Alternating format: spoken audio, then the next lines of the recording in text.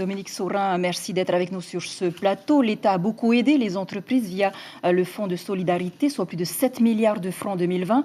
2021 commence mal, des hôtels ferment, vous l'avez vu. Concrètement, quelles sont les aides reconduites ou nouveaux dispositifs prévus pour cette année?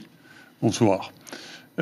Bien évidemment, l'arrêt de l'arrivée des touristes conduit à une véritable catastrophe pour les hôtels et pour tout le secteur du tourisme. Parce qu'il n'y a pas que les hôtels, il y a tout le secteur du tourisme.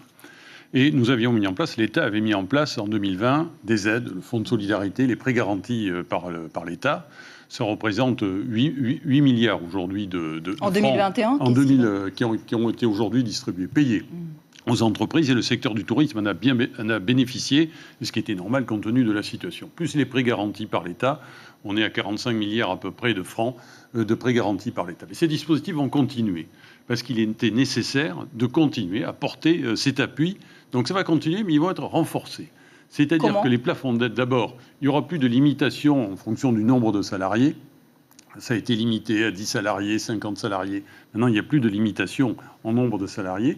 Et il va y avoir un déplafonnement des aides. C'est-à-dire, les entreprises, mais pour aller à l'essentiel, je reviendrai sur ce sujet demain où je m'exprimerai sur cette question.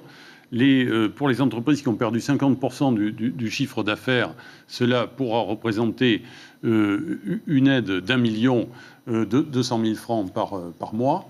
Pour les entreprises qui ont perdu jusqu'à 70% de leur chiffre d'affaires, là, on sera sur des plafonds beaucoup plus élevés, puisque ça pourra aller jusqu'à des aides représentant 24 millions de francs. Et pour les plus grosses entreprises, il y a aussi des dispositifs qui sont en cours d'étude et qui vont être précisés. Et d'ailleurs, il y a des rencontres régulières, comme ce matin, qui ont eu lieu avec les entreprises du secteur du tourisme. Et nous allons continuer, parce qu'il faut apporter cet appui en complément des interventions du pays qui ont été très centrées sur les salariés pour maintenir l'emploi, pour sécuriser la situation des salariés. Donc nous allons tout faire, tout mettre en œuvre pour soutenir les entreprises pendant cette période. On ne sait pas trop. Il était question d'une aide à hauteur de 3 millions pour les restaurateurs. Vous pouvez nous en dire un peu plus? Oui. Les restaurateurs vont bénéficier du même type d'aide. Là, ce sont des aides qui concernent tous les secteurs, avec un renforcement pour le secteur du tourisme. Alors, la compagnie Air Tahiti Nui attend toujours un geste de l'État.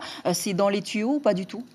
Air Tahiti Nui, c'est une situation particulière, parce que c'est une compagnie aérienne qui emploie le plus gros employeur quasiment de Polynésie, qui a déjà fait l'objet, qui a été appuyé par l'État au travers de prêts garantis par l'État, de prêts également de la Banque publique d'investissement.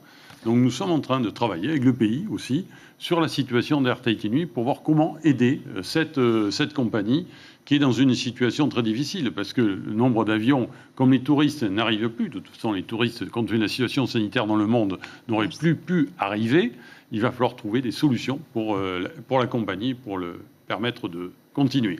Merci pour ces premières réponses, monsieur le commissaire. Nous reviendrons vers vous après. Les chiffres du Covid qui se stabilisent depuis le début de la semaine. 20 cas supplémentaires ces dernières 24 heures.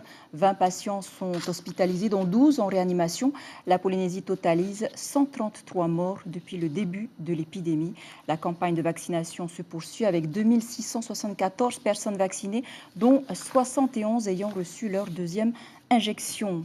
Monsieur le haut-commissaire, nous revenons vers vous. Le ministre Lecornu a été clair. Si le variant venait à circuler activement en France et dans les DOM-TOM, la France ne pourra pas venir en aide. Ça veut dire que la réserve sanitaire ne sera plus disponible pour la Polynésie?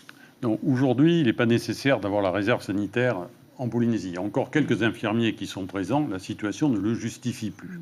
Et si les mesures ont été prises partout, dans l'Hexagone, dans les départements d'outre-mer, dans les collectivités d'outre-mer, c'est pour éviter que le virus ne se diffuse et qu'on puisse conserver nos capacités d'action. C'est ça la finalité de la mesure.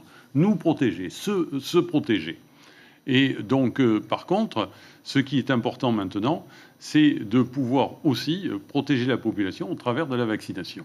Les frontières de la Polynésie sont fermées. Toutefois, les voyages pour motifs impérieux restent valables. Comment éviter alors le risque d'intrusion des variants de Covid en Polynésie? D'abord, la mesure a été prise pour éviter les mouvements importants qu'il y avait, même si les trafics s'étaient réduits, on avait beaucoup d'échanges en provenance de l'Hexagone, des États-Unis. On ne peut plus voyager maintenant que pour 3 motifs impérieux. Raison familiale, raison professionnelle, pour se faire soigner. Mais dans ces cas-là, c'est pas simplement parce que je vais voir quelqu'un de ma famille, c'est lorsque le déplacement ne peut pas être différé. C'est-à-dire s'il y a quelque chose très urgent, un décès, des enfants, une naissance, enfin des situations de ce type, lorsqu'on ne peut pas différer son déplacement.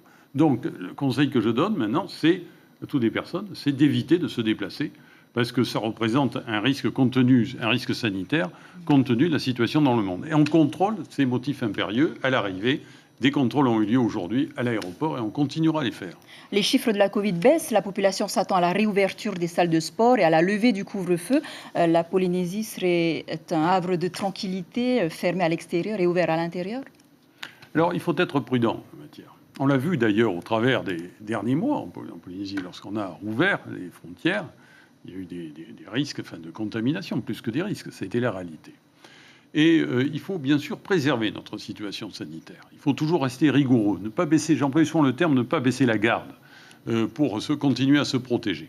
J'ai également indiqué, lors de mon allocution du mois de décembre, que si la situation s'améliorait, on pouvait envisager un certain nombre d'allègements aux mesures qui ont été mises en œuvre. Mais ce ne sont que quelques allègements, je tiens à le dire très nettement en la matière. Donc la situation s'améliore, mais rien n'est jamais gagné avec ce virus. Merci beaucoup, Monsieur le Commissaire. On retiendra donc qu'il ne faut pas baisser les bras. Et puis, vous allez également annoncer les nouvelles mesures d'aide aux entreprises, à l'économie polynésienne demain, oui, demain, d'une conférence de presse. Merci.